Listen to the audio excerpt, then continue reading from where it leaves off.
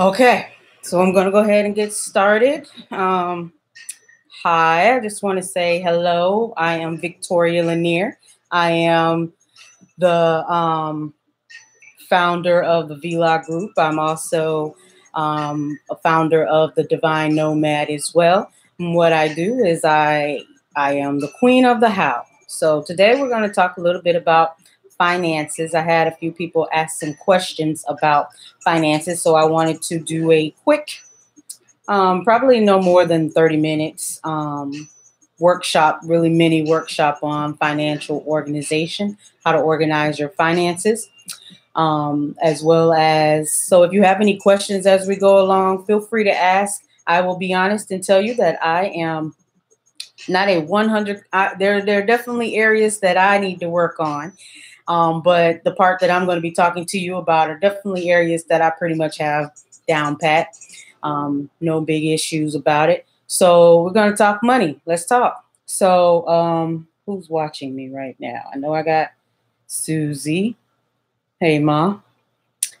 All right. So let's talk a little bit about money. So before we talk about money, let's talk about, so in Africa, years and years ago, maybe even now, I don't even know if it is, but cowrie shells. I don't know if you guys can see these. These are cowrie shells. This is money. So it's someone mentioned to me a while back they felt like it was funny that people wore money in their hair because that's what cowrie shells are. Cowrie shells was a form of currency in Africa. But now, of course, we're not in Africa, we are in America, so now the dollar bill is the monies that we seek and we look for. So first off, let's talk a little bit about wealth. Wealth and prosperity basically starts with gratitude and healthy money habits. So, before you can have lots of money, we first need to be healthy, have healthy habits around money. And honestly, a lot of people who do not have really good habits with their money is usually because of perhaps what they grew up in. They still think about, maybe they lived in poverty, or maybe they lived, with not a lot of money, different things like that. So let's talk a little bit about what are we thankful for in terms of our money, because if we're not thankful for what we have, we're definitely not going to get anything more than what we have. So we first need to be thankful for what we have and not wish for more. um, Abundance comes from being thankful for what we have. So let's be thankful. So what are some things that we're thankful for? I always say I'm thankful when I get money. I'm always thankful that I can put gas in my car. I'm always thankful that I can pay the light bill. I'm always thankful that I can pay the rent. I'm always thankful, so just think about, what are you thankful for in terms of what money provides you. And that's where you want to start every day. Just don't think about what you can't get or what you wish you could get. Think about what money provides for you today, and really, really revel in that. Revel in that feel and that idea of, what am I able to get? Oh, okay, well, I have a few extra dollars. So guess what? I can go get my nails done. Okay, so you got a few extra dollars, go get your nails done. But we're going to talk in this workshop as to exactly where you should be in terms of your money before you decide, hey, let me go get my nails done, because not all times is it open to you to actually get your nails done. So that's what we're going to talk about a little bit today. So I have a few things that I've kind of written out for you, because I figure you're going to want to see some of the things that I'm talking about, and I will develop a couple of short worksheets. But I will definitely tell you to take out a piece of paper if you don't have a piece of paper now. And while you're getting that piece of paper, I want you to share this on yours, so that people who are your friends can also see this later. I thank you if you do share. Um, and once we get our pieces of paper, I want you to create there's a couple of things that I want you to do for those who are on live with me. Those who aren't live with me, you'll be able to gather these things. So I'm going to tell you the things that you want to gather if you're going to listen to this later. First thing is I want you to get a piece of paper. And then the next thing I want you to do is I want you to go get all of your bills. So we know we keep our bills. Some people don't even check their mailbox because they feel like that's all's inside of it is bills. So get all of your bills. I want you to gather your bills, gather a piece of paper. And I also want you to get a calendar. So get a calendar, and that calendar can be anything from, I want you to get a paper calendar. I don't want you to use your phones or anything like that. I want everything I want everything to be on paper to start. All right.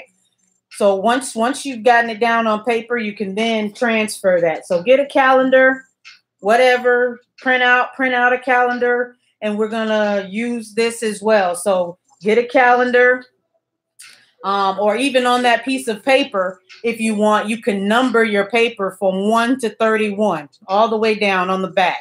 So on one side of your paper, have it clean. The other side of your paper, you can number it 1 to 31. And that could be your calendar if you want to use it that way. So again, you're going to want to get your bills, get access to all of your bills. And in those bills, if you have access to, say, a bank statement, get your bank statement. Get copies of maybe your bank, your check stub. Get that, because there should be no guessing. Too often we guess around money, and money isn't anything you can kind of guess around if you want to be healthy. It's kind of like eating. You know, when they say when we try to guess what portion is, we tend to overthink what that portion actually is. It's actually not what we think. So I want you to be as exact as possible. The scale is the scale. So I want you to see, we need to see exactly what it is that we have coming with us. Uh-oh. Sorry about that. All right. So now we have all of our, I don't know if anybody's talking to me. I haven't said anything worth talking to me yet, but feel free to engage with me as well. So let's start.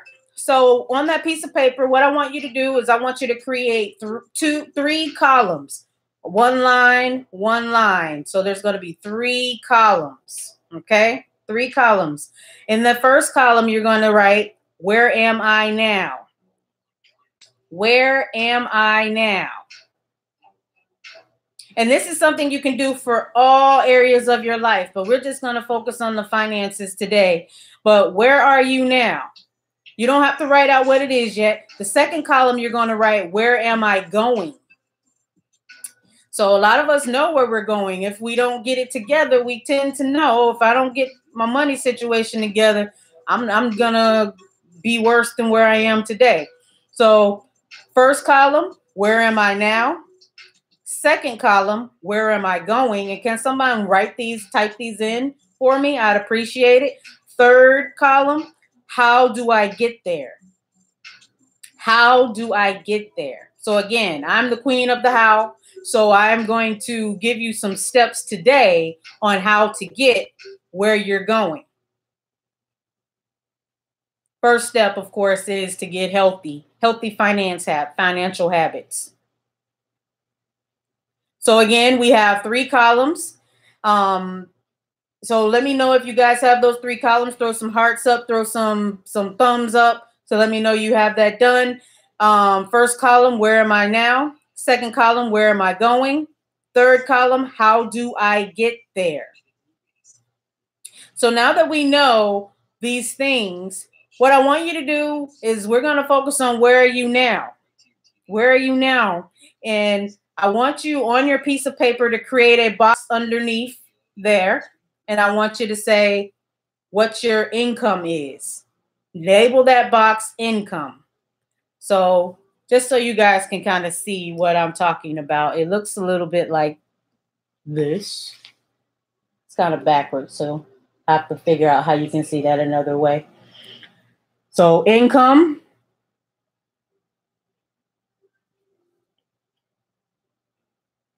So you're going to have an income box. And then after your income box, we're just going to focus on income. So when you're talking about income, I want you to think about how much money are you bringing in every month? How much? Not guessing. How much do you bring in every month? That's very important to know. That's like the main thing to know. Because if you don't know how much you're bringing in, then you're just kind of trying to figure it all out.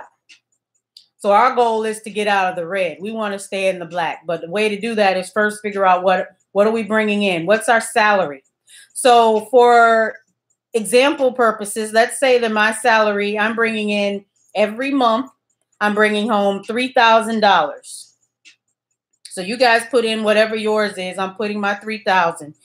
And if for some reason we have people who have businesses, if you are a business owner, go ahead and put in your salary for your business. So some business owners should, if you have a business that is profiting, not a startup, but if you are profiting, you should be receiving a salary from your business. You shouldn't be taking money quickly. I'll just say this now. You shouldn't be taking money from your business to pay your bills. That's not the purpose of the business. Because then it's not a business. It's really like a hobby, side gig. It's not really a business. So I wouldn't even put it up as a business. DBA. All right. And I know we have an accountant on the line. So if we have any people have any questions about how to manage certain things, I may refer to my accountant. They probably will fall off the line if I ask them any questions. But yeah, so now that you know how much money you are bringing in, I want you to then create another box next to that. So like you saw on mine, next to my income box, there is a expense box. So this expense box is probably going to be where the bulk of everything goes. So in Rich Dad, Poor Dad, one of the things that he mentions is that your income is you working for someone. Your expenses are you working for the government. So everything that you are putting in your expenses are things that you're giving to the government. So let's look at what those expenses are. They should be everything from your lights, your gas in your car insurance, if you have a car note, your rent or your mortgage, any insurance, especially if it's monthly. If it is monthly, it needs to go in your expenses. And you'll create a special line or a special box for those areas that are not monthly, but they come up. And we'll talk a little bit about how to make sure that you remember when they come up so you don't fall behind either. Because honestly, money management is all about self-discipline. Only the self-discipline gets rich. But none of us are going to get rich living off of earned income. So just know that there is no wealth from working for someone else. All right. So this is not me talking about getting rich today, because if we all have only earned income, that's all the money that we have, we're not getting rich. There's no rich coming from that. But what I want to do is help you focus on how to manage your income so that you can at least be able to save and perhaps do some investing later after, especially if you have any debt.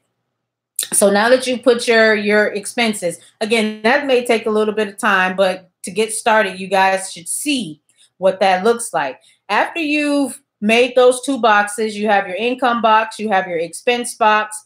Next, you're going to put, what do you have left? Now you're going to do a little math. So pull out your calculator, your phone, whatever you're using, and I want you to calculate how much money is going out every month in your expense box. How much do you have going out?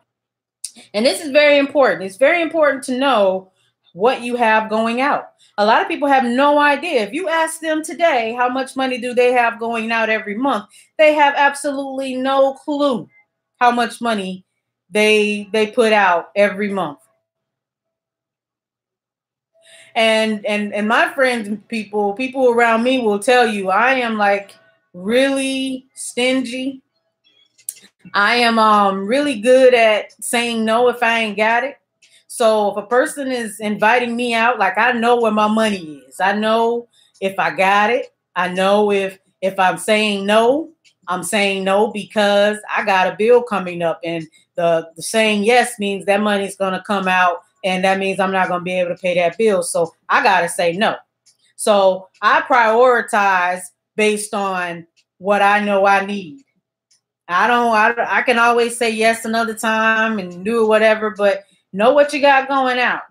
That will help you with your yeses and your nos as well, especially if you know where you're going, because we can't say yes to everything, especially if we don't have that income or that extra money to pay for it. What do they say? Robbing Peter to pay Paul. I'm not one to rob Peter to pay Paul. It's not robbing season over here. I ain't robbing nobody. I probably get robbed a little bit here and there, but I ain't the robber. Put it that way. Let it be known. So now that you know, so we put our income, we know how much money we bringing in, we know how much money is going out. Now we should know how much money we have left. How much money do you have left over here? So whatever you have left over here, that's money that, honestly, there's the thing that they say, pay yourself first. All right. So you have to pay yourself first. People don't improve their wealth by paying someone else first. So this is how people get in trouble by having to rob Peter to pay Paul, because they don't pay themselves first. So now that you know how much Peter needs, now you know how much you need to be saving. So Dave Ramsey, I follow Dave Ramsey. I love Dave Ramsey. I follow some of his tenets, but he's very organized and very to the point. He says that every person should have $1,000 saved. So by a raise of hands, those who are on the call right now, please, we're not going to rob you. I do. Actually, yeah, I do. So that's first step. We need to get to saving the $1,000. Okay, let's save our 1,000, because if you can't save $1,000, you can't figure out if something happens, emergency comes up, where are you going to get the money from? Rob Peter. Let me go rob Peter, or let me go borrow from Mary. No, you should be borrowing from yourself. You are your own bank. I always tell people, I think in my former life, I owned a bank. I was a banker.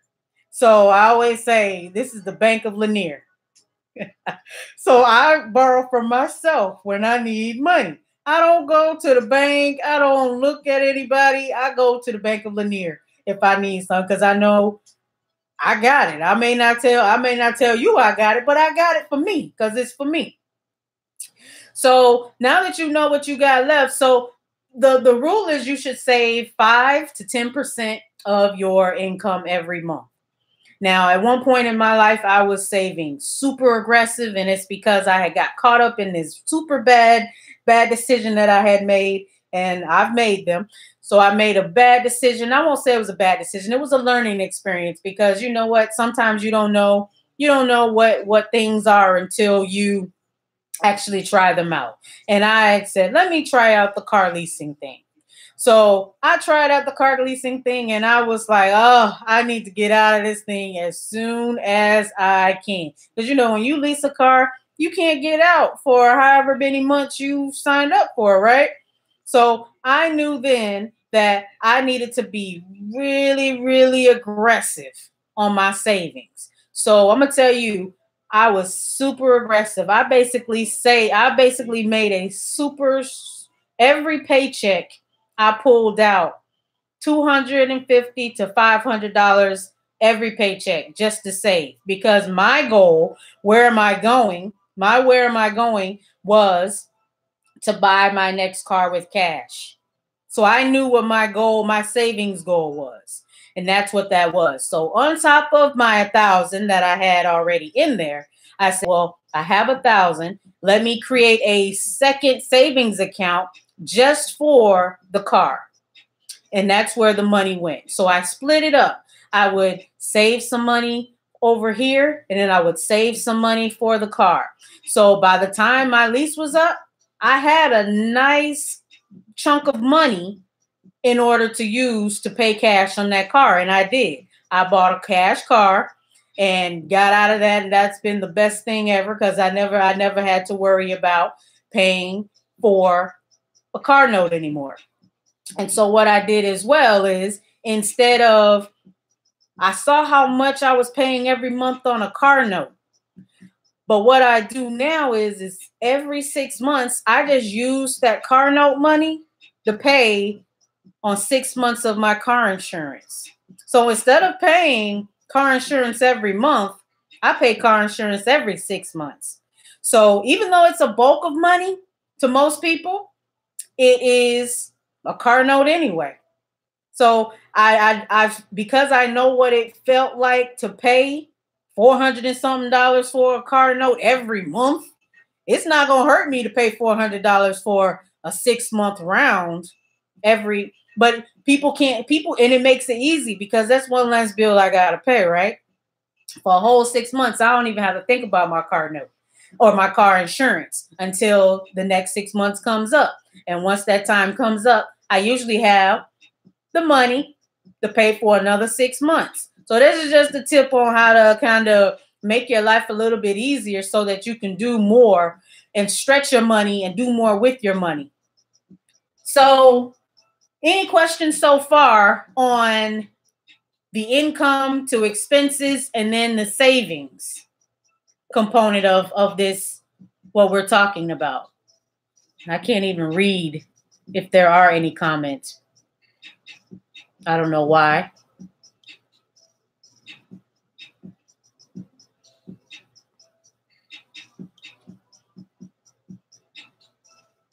Okay, so we'll keep going. All right, so the next thing I want you to do is when you are thinking about paying your bills, because now I remember I told you guys to pull out your bills. So there's another reason why I want you to pull out your bills. Every bill has a due date on it. So this is where your calendar comes in. Every bill has a due date. Is to know when are your bills due. How do you know when your bills are due? When you get and I think I got one in here. And this isn't, it's only because I forgot. But yeah, it happens. So you get one of these, what they call pink reminders. These are the reminders that tell you, hey, I hope y'all couldn't see that. That's all right. Send me mail. Send me stuff. So now that you get this in the mail, and that's your reminder. Oh, I need to pay that bill. Or you get an alert somewhere that says, oh, I need to pay my bill. Why do you need somebody to remind you to pay your bill? You should remind yourself. So with this, I want you guys to look at your calendars, and I want you to write out when everything is due. So for me, my internet is due on the 1st. My Hulu is due on the 9th. My Netflix is due on the 5th. My cell phone is due on the 15th. So if you're getting paid bi-weekly, this is another tip and a trick that you can use is you can break your bill cycles up. If you can tell them when you can actually call, if you find that all of your bills are at one point in the month, like everything is due at the 1st, you can actually call the company and ask them if they can change your due date, and ask them to put it maybe after the 15th. So you know that, okay, I'm going to be getting a check after the 5th or the second half of the month. So I won't feel so overwhelmed with all of my money leaving me at one time. So one thing that I would do, so let's just imagine, say my rent is $1,000. So your rent is your rent or your mortgage. My rent and my mortgage is $1,000, and I know I have two bills that are, or two cycles of paychecks that are coming in. I split my month up in two. The first 15 days of the month, and the second 15 days of the month. So the first and the second. And what I do is I look at my calendar, because I know now when everything is due, and I can say, okay, from the 1st to the 15th, how much money is going out between the 1st and the 15th. Now, you will find that the 1st and the 15th, or the 15th to the 31st, maybe they're going to be a little different. You may find that, whoa, I'm spending like $400 extra. $400 extra is going out from the 1st to the 15th. And I don't have that much money leaving out on the 16th through the 31st. That's actually good. That's a good thing. So one thing that you can do is you can decide how you want to split your money. So one way that I used to do is I used to say, if my rent is $1,000, I would save $500 in the first check, $500 in the second check. So I never had to be stressed about, oh man, my whole check is going to my rent. No, I just split it up. I just broke it up just like that. And then I actually have more money left over because I broke it up like that. That keeps me from robbing Peter to pay Paul as well. So I enjoy doing that. Actually, that's one of my favorite tips. So just breaking things up by check and by bill cycles. So I know for me, most of my household bills are due in the first 15 days. And then any of my debt is usually in the second part of the month. So I tend to know what's going on. Bills, if I haven't paid my bills by the 15th, all of the bills need to be paid by the 15th. And then all debt gets paid on the other side of things. All right. And it's easy. Once you see, again, it's all about seeing where your money is going and see when things are due. So I remember calling the student loan company and asking them if they could change my date on my student loan, because it used to be in the first 15, and that was just a lot at that one point, because the first 15 you got your rent due, you got all this other stuff due, and I said, well, maybe if I push it back, I'll be okay. And that actually helped out. I actually pushed it to where it's in the second half, so I actually can pay more money onto my debt because it's of when I have it set up to do. So let's talk about that. Let's talk about how much you have. So when you have $1,000 saved, that should be your first goal. So that should be everybody's first goal, is to save $1,000. So I feel like I'm going to give you guys a challenge. I feel like everybody should be able to tell me in how many months it should take them, based on doing this exercise, it should take them to save $1,000 for their emergency stash. How many months is it going to take you? It should not take you 6 months to do. Just put in your number, because that's all we want to do. If you don't have it, that's the first goal, is to save your $1,000.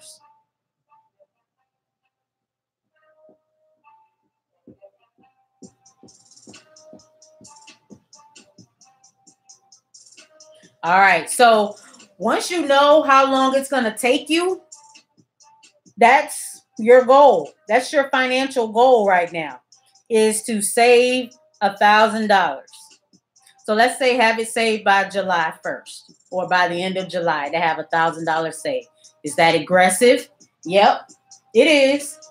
But sometimes it's necessary to be aggressive. Let's be aggressive. Be aggressive on it. Because once you're aggressive with that, you can be aggressive on other things. You don't have to worry about that. All right. So save. We should be saving $1,000 in the next 3 months. And that means we're going to have to say no to some things, right? Because we know what our income is. We know what our expenses are. And those expenses do include your groceries. So yeah, include your groceries in your expenses. You got to eat. Put it in. Another thing. So one thing that I do every time I get paid, I pull $100 out of the bank, no matter what. Just pull 100 out, and I hold on to it. So what that $100 is that $100 is usually going to go towards gas, because too often when we use our gas card for gas, I know this has happened to me. I've had it too many times. I paid for gas using my gas card, and I looked up, and there's a charge in Iowa or Montana or North Dakota or Alaska somewhere. Somebody has used my gas card to fill up a tanker truck. But my car don't need but like $20 worth of gas. So if you spending $100-something on gas, I know it wasn't me. So I just pay cash. So pull, you know how much, you should know how much money you're spending on gas. That money needs to come out. That needs to be cash. That should be petty cash. You shouldn't be using your cards or anything. Use cash to pay for your gas. That kind of rhyme. Use cash to pay for gas. Use cash to pay for gas. And then even use cash to pay for your groceries if you can. Or what I do is if I know I'm going to do something like entertainment for myself, I will use, hey Root Mama, I know I will use that cash. That's like my play money. Once I'm done playing, once I have no more $100 bill, I gotta say no.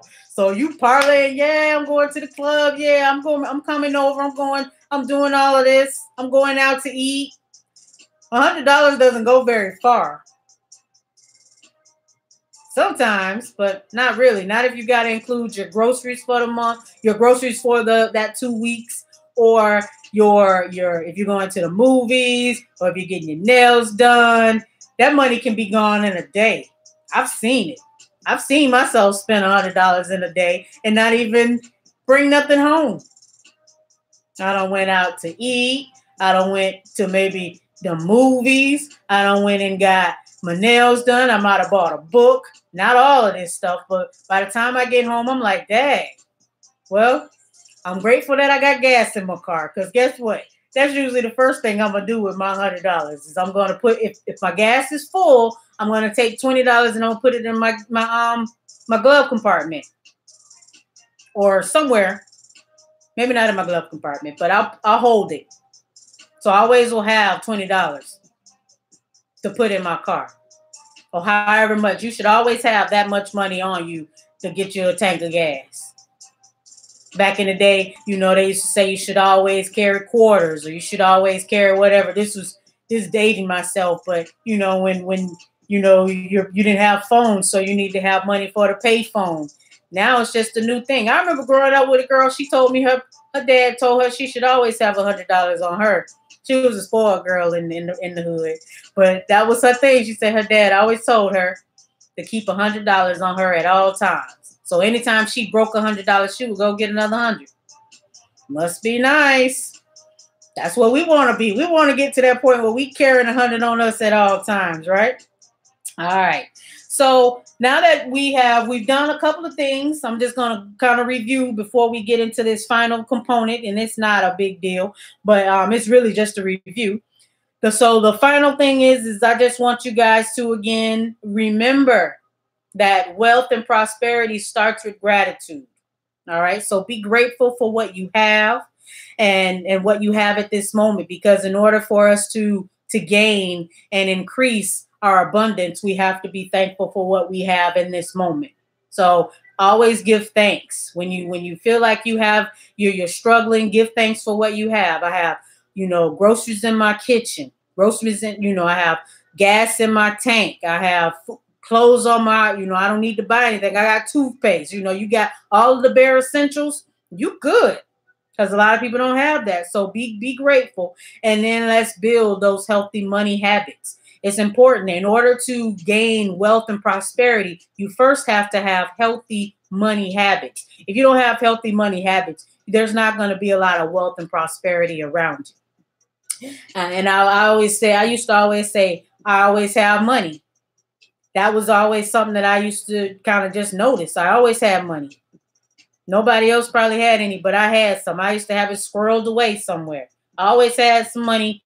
I always was able to make money somehow, or somebody, I never had an idea of lack.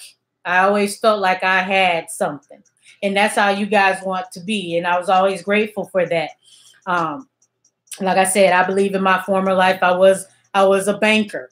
So again, you guys get your piece of paper and write down where you are now, and where you are now should tell you what we just did. That whole exercise that we did by looking at our income, our expenses, and what we have left over. That is where we are now. That's our reality. No guessing. I don't need anybody to guess, because money is exact. And true, sometimes you can round up and round down, but at the end of the day, it's exact. It's all about the real. There's no, manipulating what's real in terms of numbers. So let's be really real about what you got going on, and then be really real about your expenses. And then let's talk a little bit about debt.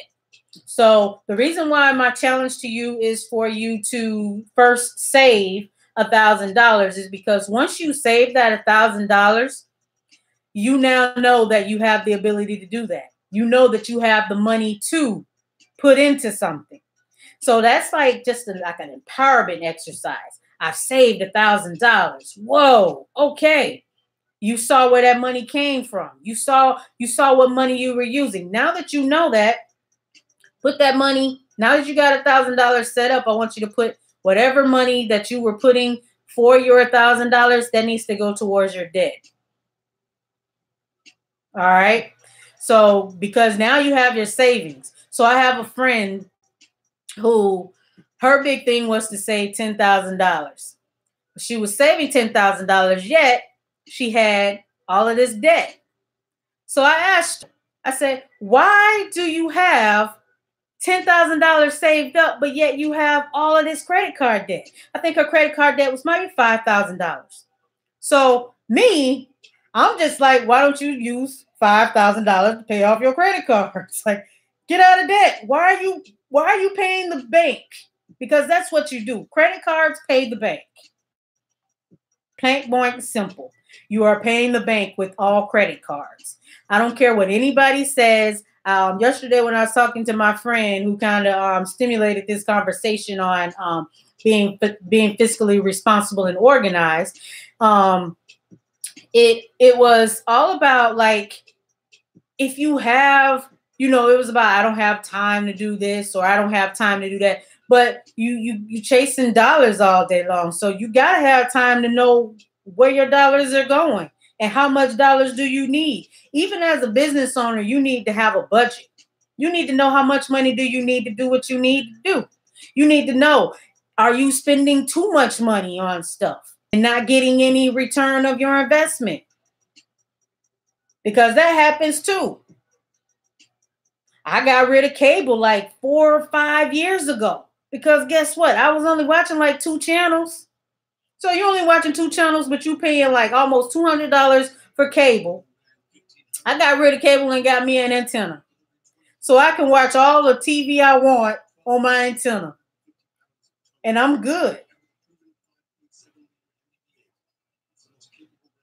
So let's get healthy. Let's get some healthy habits.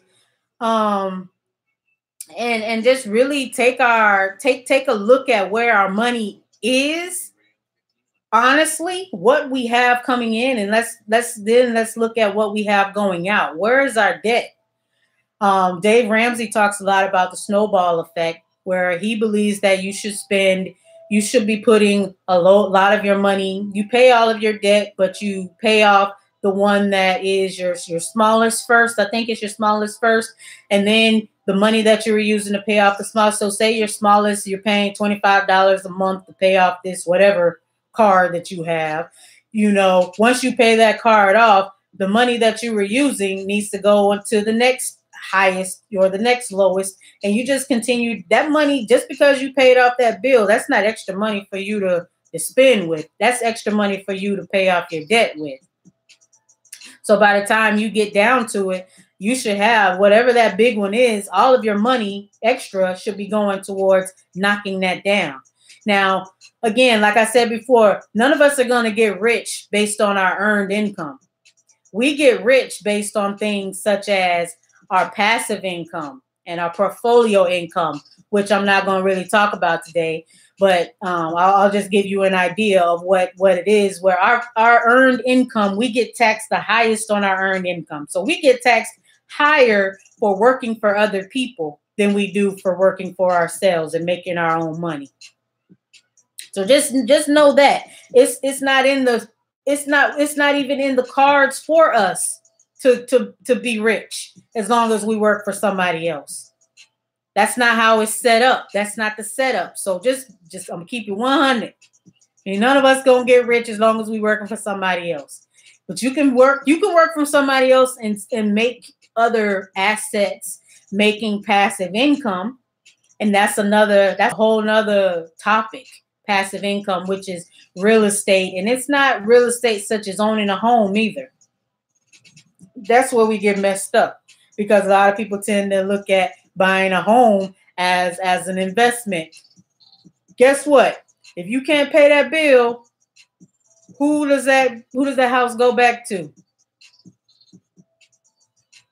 The bank. Just like your credit card. So a house can be a liability just as quickly as anything else. So don't let them fool you and sell you on the whole American dream, like getting this house is going to all of a sudden give you like this extra income, because it isn't.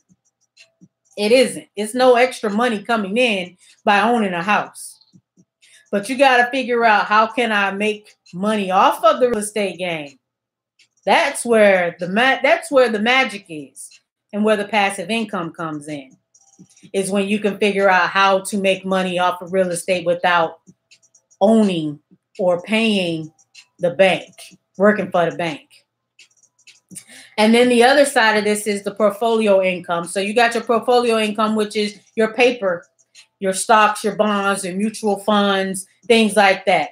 Now, in order for us to get where we need to go or where we want to go, you want to be able to have where your expenses, you're able to use your expenses to save and invest. That's where I want all of us to be. But as long as we have debt, you can't invest really. It doesn't make sense. Like I was saying earlier about my friend who has $10,000 saved up, but yet she has $5,000 debt. What's the point in having that money saved up because she wants to see herself have $10,000 saved? She gonna hate it when she see this, but she know I'm real. Anybody who know me know if I'm just gonna tell it like it is. I'm not judging you or anything, because it's real. I asked the question because if it confuses me, I'm gonna ask you a question like, why is that happening? Why are you doing that? And I asked her, and so I basically had to tell her, like, why don't you use $5,000 to pay off your credit card? Do you realize the money that you spending on that credit card could be going back into your savings if that's what you want to do? But at least, why would you have the pressure? Who wants the pressure and the burden and the headache and the stress of paying off a credit card when you know, looking in your bank statement, looking at my bank statement right here, I got $10,000 in there. Hey, $10,000 look good, right? But then the next bill, I got this bill for $5,000. What you gonna do? Let's be smart about your money. Let's stop holding on to stuff because you ain't making nothing. I mean, true, you got your savings and all, but you gonna still use that credit card, aren't you? So another thing about the credit card, real quick, and then I'm gonna take any questions that you guys may have. And so the other thing is this question came up yesterday when I was talking to my friend, and she asked me if I use credit cards to pay my bills, because there is a line of thinking that you can use, that you can automate your payments. That's what they call it, automation. Automation is cool for some people, but I'm gonna tell you, automation didn't work for me. I don't think it worked for my personality type. I need to see my money. I need to know that it's a task. I like to know the task of the fact that I paid this, I paid that. You know, as soon as I get, like I said, as soon as I get my money, I even had it set up to where money would automatically go to my savings account until I reached my goal. And then once I reached that $1,000 goal, the money went to a different account to save or to use for later. Now, I lost my train of thought. Oh, so what I found by automation is the fact that it is super hard to, it didn't make sense to me, where I didn't see any gain from it. The thought is, if you use your credit card to pay your bills, you get all of these points. You can use your points to fly and use your points to make money. You're getting money for using your credit card, right? Sounds good. But I ain't see that happening for me. And I used the cards that they said you should use. I went and got the cards. I got them. They sent them to me. Yes, good. You got good credit, whatever. And that's a whole nother thing. Credit is whatever. Cash is king at the end of the day. If you got the cash, if you got $10,000 worth of cash and you got an awful credit score and you trying to buy something, guess what? They don't care if you got awful credit score if you coming in there with cash.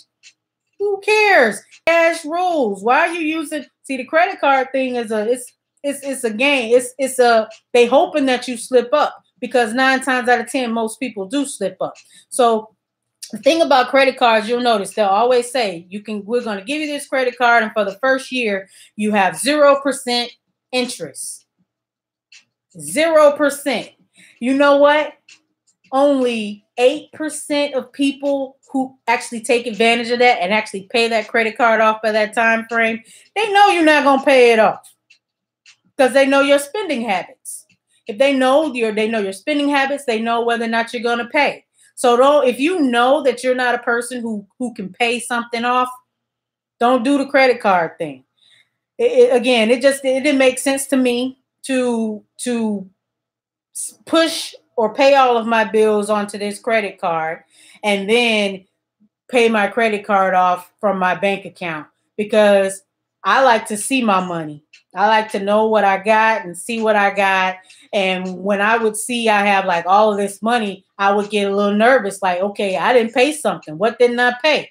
And I would get like really nervous, like, oh my gosh. And then what happens if you're using your credit card for other things, because a credit card has a limit that's way bigger than probably what your income is, right? That's how they get you. So now you got all of this coming in, and then you look up and you can't pay that credit card off every month like you thought you would. Because again, that's what they want you to think that you can do. And I was able to do that, but I just didn't like not seeing things come out when I knew they were due to come out. Like, I need a little bit more control over paying my bills than just letting it come off the credit card. Like, So I would say, if you tried it, if you've used the credit card to pay off your bills, I would only say the only people who I could see that this would work for is if you own a business. Use the credit card, because that gives you a really good kind of a report, a following of exactly where your money is going, so that it makes it a little bit easier later on for tax purposes. If okay, I spent this amount of money for my domain name, for my insurance, or any software, or any investments that were business oriented, anything that's business oriented, I will use the credit card at that point. And then as I make profit, I use that profit to pay off my credit card, because that's what that profit is for. It's not for me to live off of unless I'm getting a salary off of my company. So I think I've said enough. I hope I've been able to answer any questions that you have.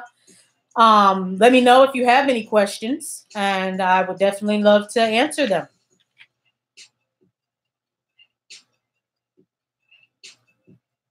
Come on, y'all.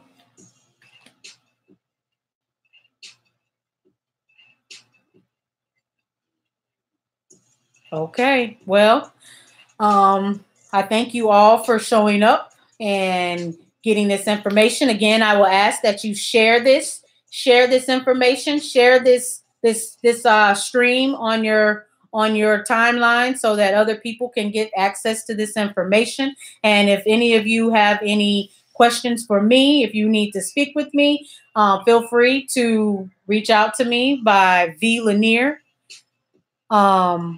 At gmail.com, or you can reach out to me at Victoria at the Vlog Group, or you can just reach out to me here. Yeah, totally different rules for business owners. I agree. I wanted to talk to the individual more so than the business owner, but it's you definitely don't want to be using individual bank cards or credit cards as a business owner either. You want to make sure that that business card is your business name is on it. So yeah, so again, reach out to me, share, and have a good day. Today is Thursday. This is my teaching Thursday. I'll try to do a teaching from my different pillar and different areas of it. It's all about leadership. This was a financial leadership class, just kind of getting you to lead through your finances. I feel like that's very, very important. Before you can lead anybody, you definitely need to have your finances in order. All right. So hope everyone has a wonderful evening, and I look forward to hearing all of your. Please reach out to me once you've reached your goal, your savings goal. You don't have to say that you saved $1,000, but just say I reached the goal, the savings goal, and that will make me really happy. All right. Have a good day, everybody.